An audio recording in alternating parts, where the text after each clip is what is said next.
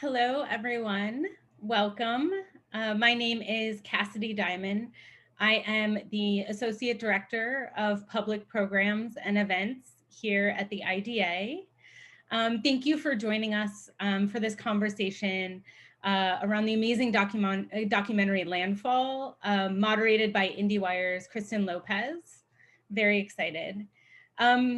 Before we get started, I would like to offer a brief land acknowledgement.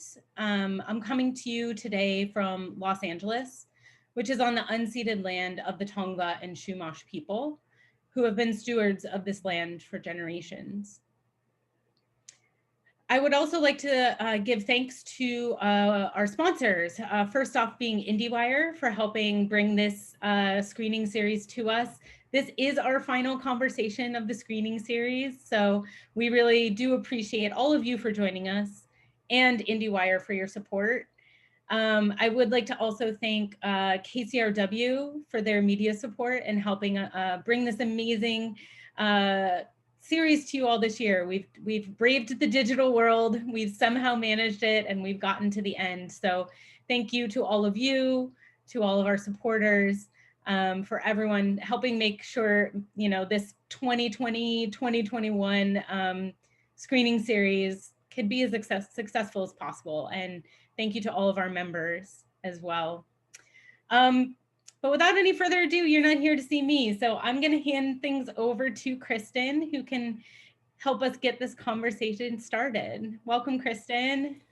Thank you for that intro, Cassidy. I appreciate it. Hello, everybody. I am Kristen Lopez, the TV editor at IndieWire, and I am so honored to get to do this amazing discussion today about Landfall.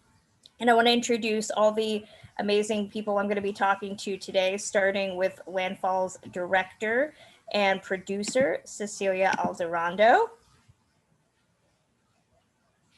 followed by producer Ines Hofmann Kanna,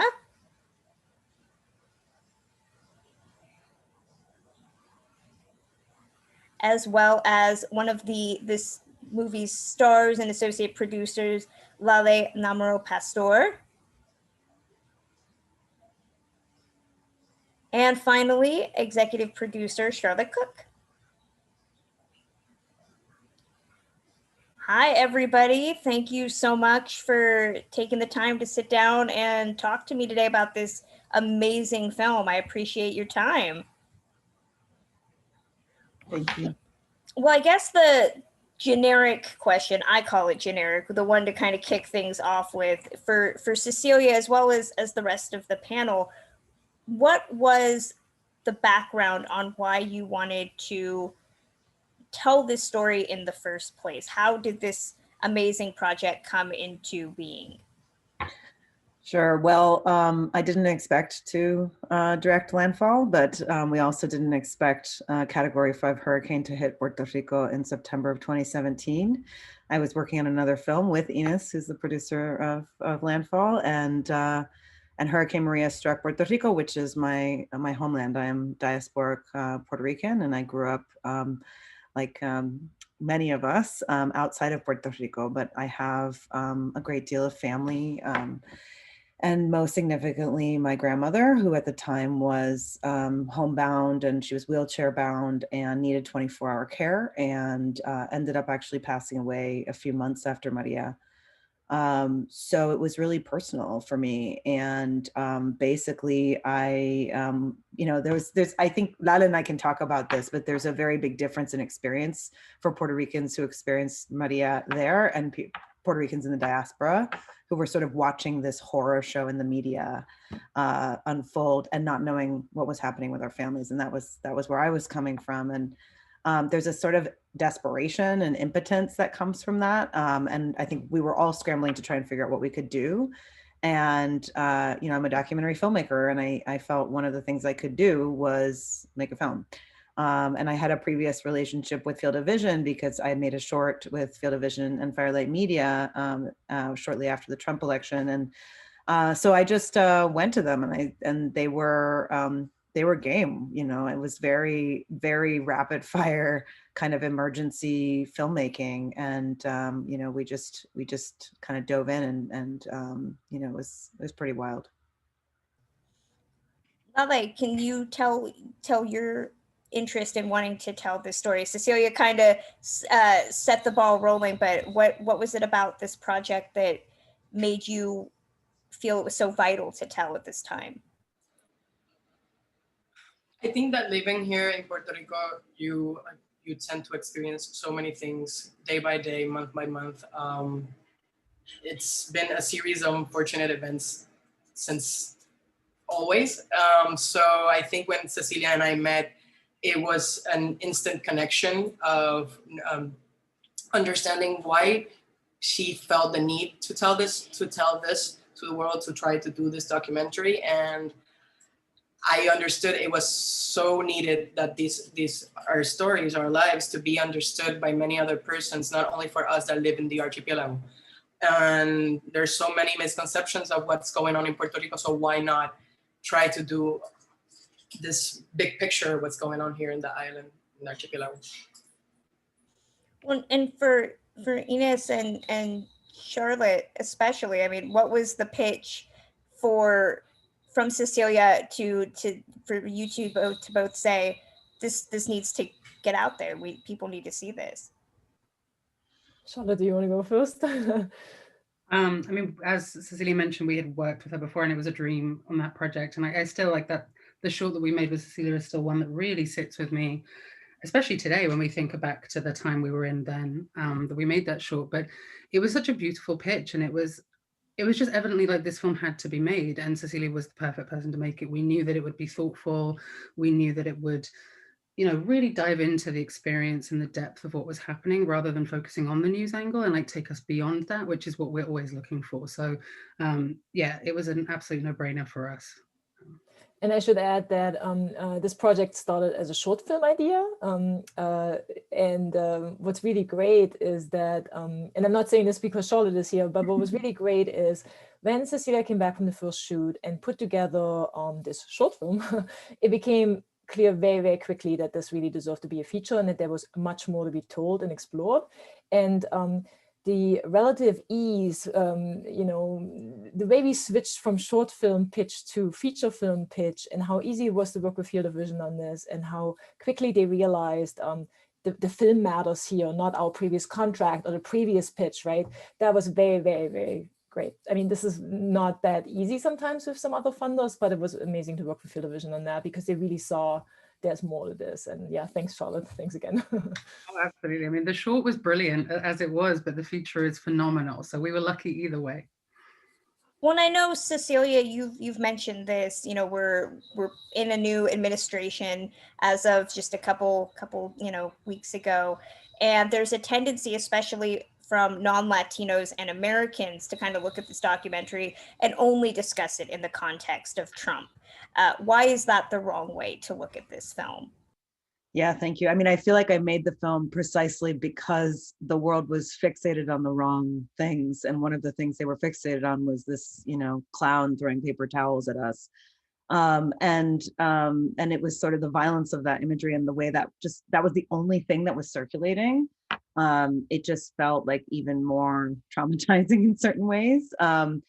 And I think at the same time, like I think part of this is that the U.S. always looms large over Puerto Rico because it is a colonizing force, and it does have this disproportionate ability to determine things it should not in Puerto Rico. But at the same time, that means that the U.S. pulls focus from Puerto Rico, and in particular from the incredible work that people in Puerto Rico are doing, frankly, without the US and without the US's help, and in spite of the neglect of the United States, not because of it. And so that sort of like expectation that Washington should be where we're looking, it's a very patronizing kind of power dynamic. But I will say at the same time, we shouldn't be letting the new president off the hook. There is still a fiscal control board that we talk about in the film of 7 unelected people that President Obama put in, that effectively hold dominion and power over Puerto Rico's finances and are unleashing this crazy austerity campaign to decimate things in Puerto Rico. And frankly, that board should go. There is a $72 billion illegal debt that should be audited, that should be canceled. So there's a lot of things that Washington could do, but I think part of what we really try to highlight in the film what happens when you look away from those people and focus inward, and really focus, I think, on kind of community care and the leadership that comes from within. So. Well, I know that you and Lale have been talking about this movie for a while, and it was something that I'm always fascinated by. But have you noticed a difference talking about this film with critics and news people that are white Americans versus critics that are Latino, especially as the critic community is talking so much about the need for more diverse voices in criticism? Have you noticed a distinction in how they look at this film and how they interview you about this film? Yeah, I mean, I guess one thing I can talk about is we had one of these many film festival Q&As that we had done, where I, Lale, I don't want to put you on the spot, but one of the moderator of the discussions, sort of first thing that they asked Lale was, so tell me how it was during Maria. How was the hurricane? And I just remember how awful I felt, and just how kind of unethical that question was. And I think that again, that sort of gaze from the outside is part of what the film actually tries to invert and invite people to visit. So I think anyone who has an experience with sort of colonization, I don't even think it just has to be like category of Latinx, or I just think it's about sensitivity and frankly not necessarily looking for the film to reflect one's own experience, but to actually like really understand the film on its own terms, and that sometimes can be challenging. I don't know, Lale, do you want to add anything, because I'm talking about your experience here? No, thank you. Thank you for bringing that one up. Yeah, I think my face told him so many things about that question that day. Definitely disaster porn. It's people always want to watch that, and I am so glad that this is not what this film is about. So I think there's definitely differences of who watches the film and how they react upon it. But definitely there are sometimes questions that are really uncomfortable and shouldn't be asked. And sometimes they're the first ones that are asked, so yeah. Yeah, and I just want to add one other thing, which is that I think that this also speaks to the documentary field at large and the expectations that a lot of people have, and I would say not just critics, but sometimes programmers, even other filmmakers, have about what a film about this kind of topic should look and sound like. And Landfall doesn't conform to those sort of typical disaster documentaries, and for the reasons that Lale is rightfully pointing out. So I think sometimes it just takes a minute. And I think if you're in a rush, if you're in a hurry, this is a film that might not quite land in the way that it should. Well, I think a key portion of that avoidance of disaster porn and focusing on certain things is the emphasis on nature that this documentary has, whether that is hearing about the hurricane's arrival and the cameras on rocks and water, or looking at trees and animals. I mean, what was your desire? And this is for, the rest of the panel, I mean, who might have noticed it, the desire to focus on nature as alongside the people of Puerto Rico.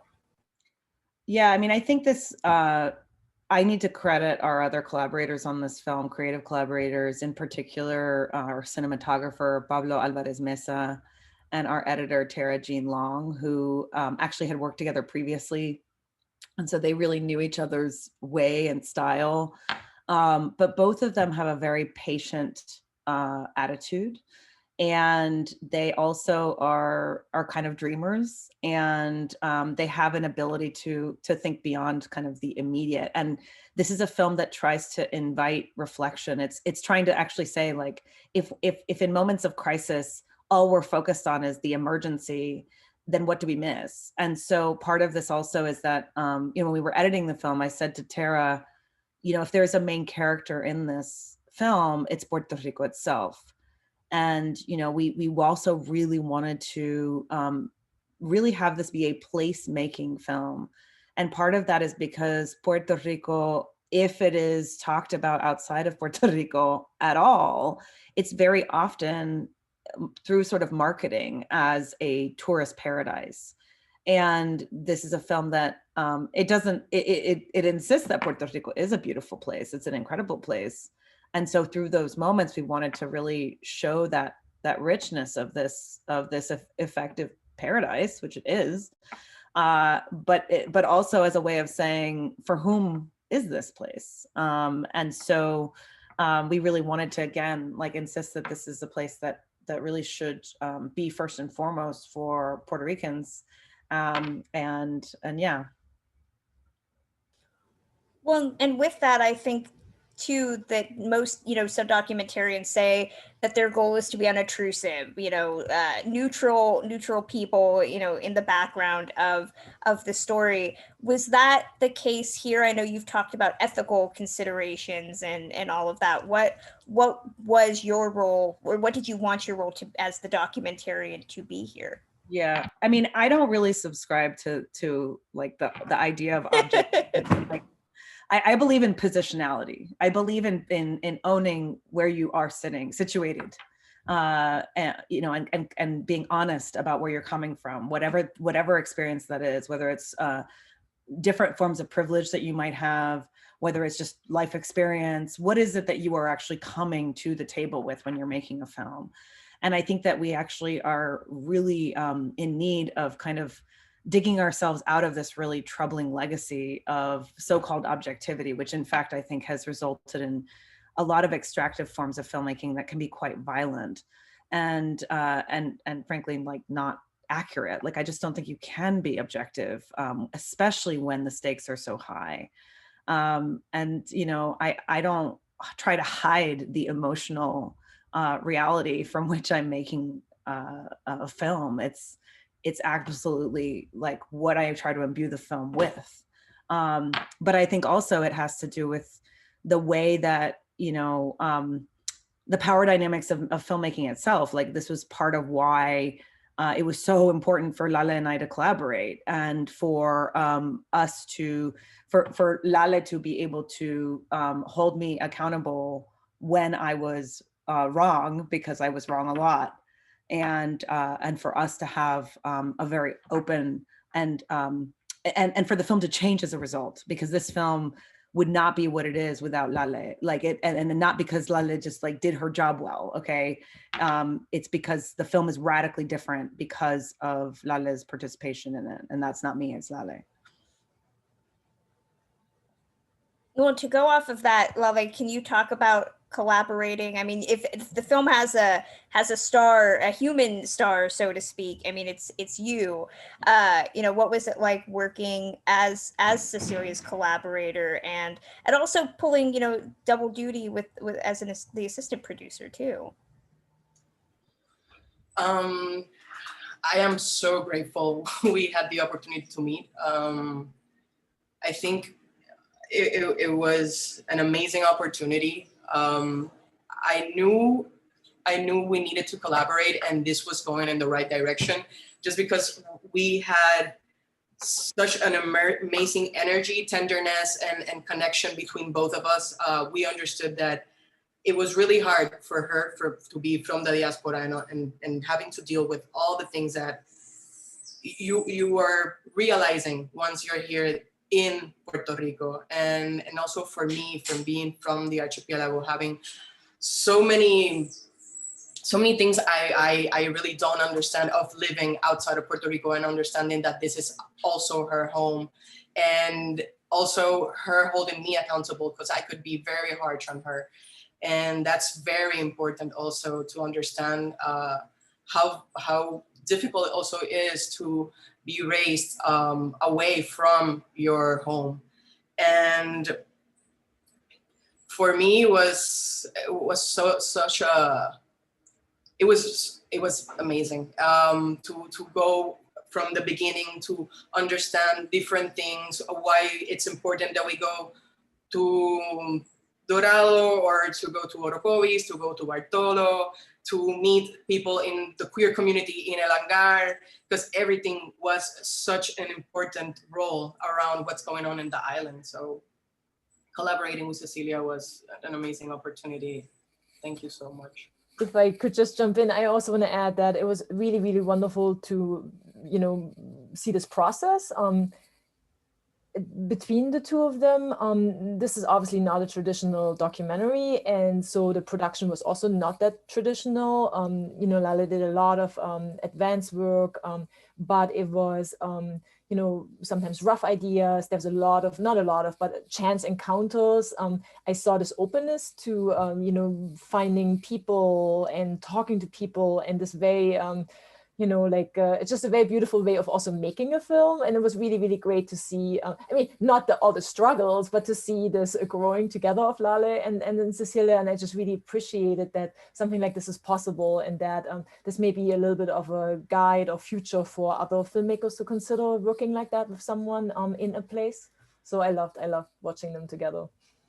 Well, Ines took a question right out of my mouth, or at least set it up very well for me. I mean, this is not a traditional documentary in the sense that Cecilia gets some pretty unfettered access to things that are very fascinating and weird and, anger inducing all at the same time. And one of the scenes that I was struck by is when you take that trip to Dorado and you see the luxury realtors, and they're talking about the houses that they can build. Being a documentarian and wanting that access, but also having to kind of make that deal with the devil to document them. I mean, what was that scene like to hear these guys talk about gentrifying and selling these luxury homes as you're also seeing so much struggle? I mean, this was actually one of the first things that I talked to Field of Vision about, and saying that I wanted to try and get access to was the real estate context. Because I knew from the very beginning I wanted to make a film about disaster capitalism. It wasn't just, okay, this is a film about climate change or a hurricane or communities that rebuild after disasters. The specific focus was the financial opportunity that predatory people take advantage of. And so I was already aware of how previous to Maria, the debt crisis had already accelerated gentrification, for example. There was already a kind of land rush in Puerto Rico. There are these tax laws that we talk about in the film that are some of the most favorable tax laws. I mean, if you're a rich person and you want to hide your money, you should move to Puerto Rico. It is literally the best place for you to live. And what that has unleashed is actually this attendant rise in real estate as that's part of that economy. That's the sort of crisis strategy that the Puerto Rican government itself has promoted. We're going to get out of our financial problems by attracting these rich people. And so I was trying to find a way to get at this really complicated. A lot of it's policy. It's really hard to talk about something like debt and tax laws. And so I thought, I wonder if we can just go on a tour with somebody who's selling this stuff. And the other thing I should note is that over and over again, you talk about unfettered access. There are a lot of faceless, powerful people in this film that are literally not on screen. And that's part of what we were trying to gesture in that scene, is that when you're walking through that luxury apartment, my hope is that you're not just thinking about the people that are trying to sell that apartment to you, but actually who might buy that apartment, right? Who is not on screen? Who is this empty apartment actually going to be lived in, by? And so that just, and again, a lot of this was trial and error, and it just ended up working. It's, part of the kind of awkward dynamic in the family that runs this company. It ended up having this kind of strange, surreal quality that made the scene work. But yeah, it was a real struggle even in the edit too with Tara. How do we make a film where you can kind of feel that there's always a man behind the curtain, or many men behind the curtain, who are actually pulling the strings in Puerto Rico, because those people aren't going to give you an interview. So that was also part of the rationale for why we went that direction. Yeah, and I just want to jump in. I think it was some of the earliest footage we saw, and when we watched that scene multiple times over and over, because the first time you watch it, you're just it's just startling. It's because you do feel, who is this for? Ultimately, who is this for? Like, what is this doing? What is the effect of this? And I think that scene so beautifully encompasses just the kind of the distance between all these things and how they don't connect, and who they're serving and who they're not serving. And it's such a powerful scene that just stays with you. It really does. I mean, it pops into my head from time to time. So many moments in the film do, and I think that is the power of your filmmaking, because there's so many scenes that say so much, as you were saying, that isn't on screen, and I think it gives such depth to the film. Well, it brings up, you mentioned, the capitalistic element of people profiting off of Puerto Rico, and you capture that so much in this documentary, whether that's McMansions or the cryptocurrency, and people using Puerto Rico for their own means. And of course, there are some critics that say that this will all eventually, quote unquote, benefit the people who live in the country itself. For all of you, why does that continue to be the response, and how did you want to show that in the documentary, that we're not seeing the effects of that eventually, as you're showing, going back to the 1950s, has still not paid off? I don't know. I feel like Lale should get a chance to respond to that first. Yes. I don't know in what head it can fit the idea that taking land from the people that live in the archipelago or live in the land, it's going to be beneficial for them in the future. It's not, I cannot grasp how this could be a good idea. It's just the government also in the United States and in Puerto Rico have made this fertile ground for this rich white men and women to come here and just take our land, make us feel that they're making us a favor, that this is an amazing favor they're doing for us. And also, there's also Puerto Ricans, you can see that in the Dorado scene, that are willing to give it all very easily, because this is progress. For us not to have our land, for us just to give away all of our natural resources, that is completely progress for us. That's development. And that is the problem, that's the colonial mind that makes us believe that that is progress. And that's also, I wanted just to add that for me, nature in this film is so important, because it also reminds us here in Puerto Rico, why are we always in this struggle? That's why they want the paradise, because it's just an amazing, and we've always been told that we're not worthy. We were born here, but we're not worthy of living in this paradise. For me, it's very important to people understand that this is our land, this is our place, and we need to fight for it. And the struggle is real, so yeah. And I just want to add that another thing we were trying to highlight is a kind of doublespeak. There's a very manipulative aspect to the current like neo-colonial reality in Puerto Rico. I mean, one of the things we show is that, this is a very old story of many layers, many experiments in Puerto Rico. This is one of the latest in a long series of experiments, but this current experiment, this new experiment, is one in which recovery is being sold. It is and being commodified, right? So the cryptocurrency folks, I mean, they're not just colorful or clown-like or ridiculous. Part of what we were trying to show is the kind of Trojan horse of their strategy, which is to come in after a hurricane, dress like hippies and yogis and look, and we're super eco-friendly and we believe, and we're talking about a very vulnerable young population who really their mortgage has been, their future has been mortgaged. Okay, we have to talk about like how vulnerable Puerto Rican youth are to recruitment, to this kind of cause. And we saw, and that's why there's a scene of a hackathon where they're trying to literally peddle technology as the saving grace. This sort of Silicon Valley mentality that is so seductive, right?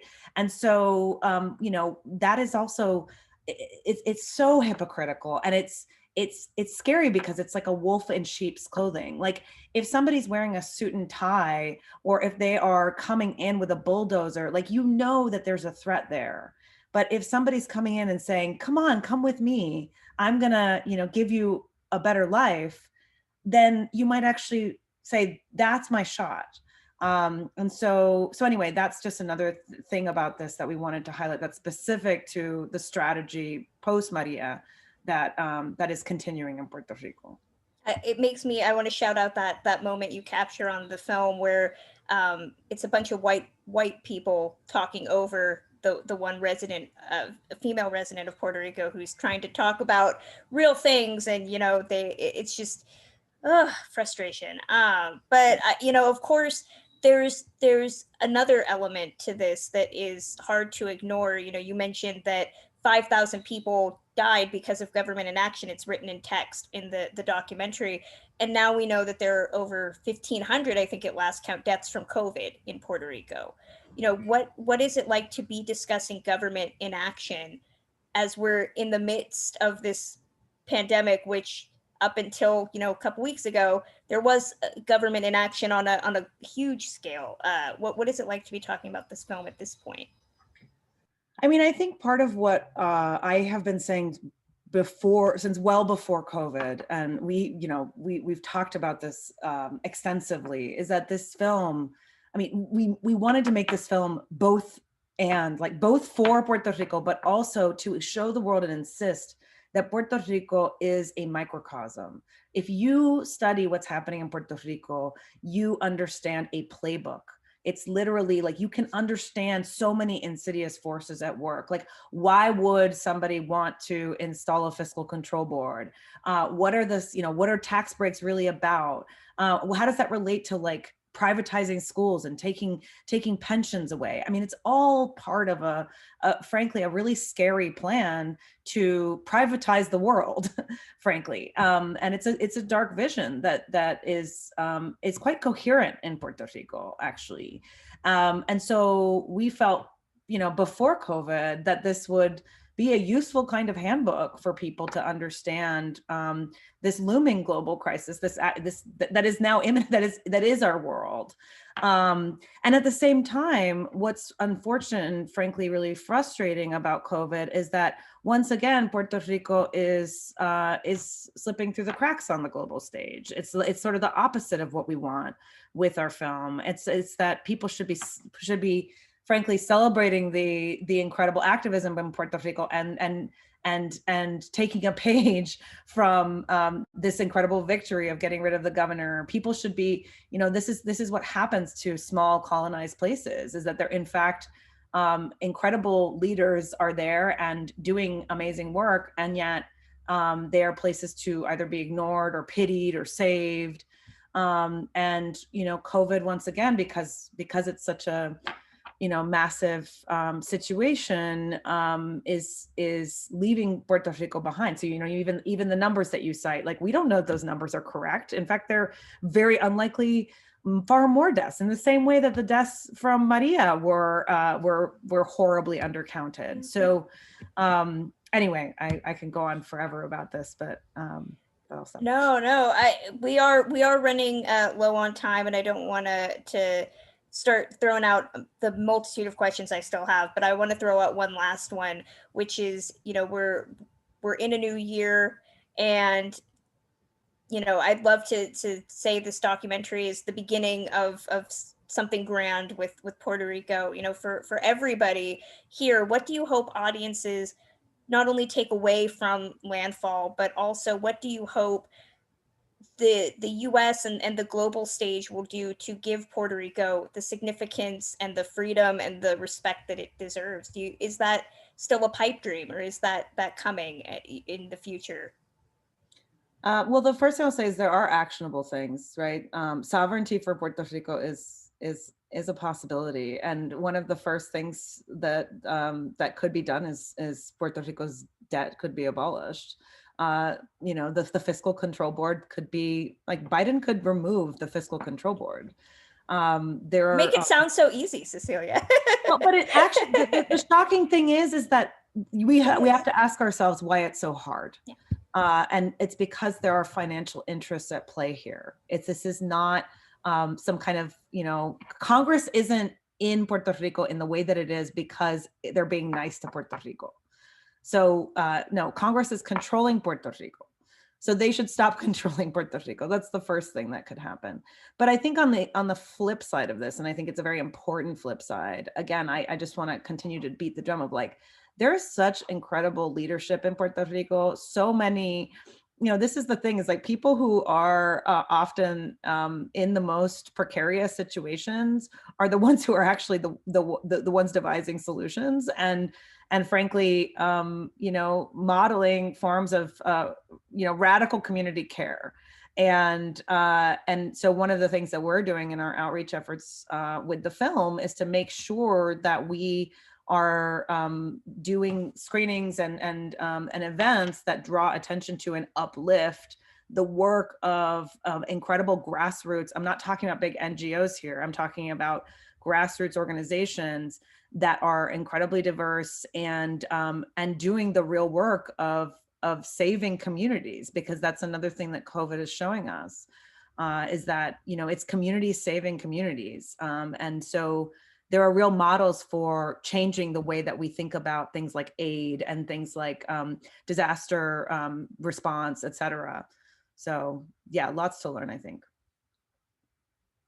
Lale, do you have anything to throw in there? No, thank you, Cecilia. you summed it up. Thank you so much.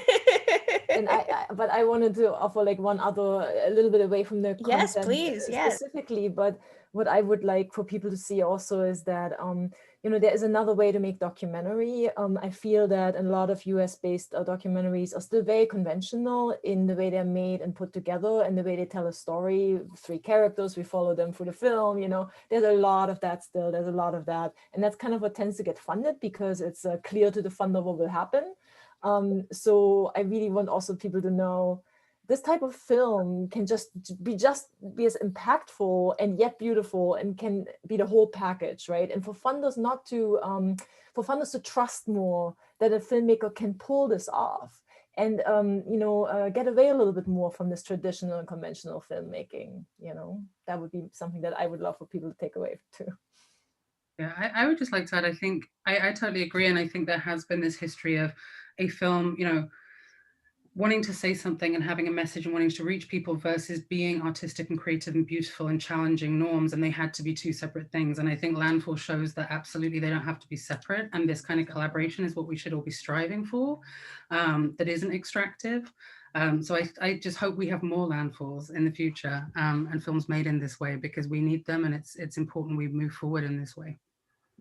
Putting that on a sampler, we need more Landfalls because it's a very, very true statement. So thank you everyone for sitting down with me and chatting with me. I hope that hopefully this inspires everybody to go see Landfall and learn more about Puerto Rico. And hopefully in the next couple of years, we will be talking about the positive things and less of the frustrating things that could be changed. So thank you, everybody.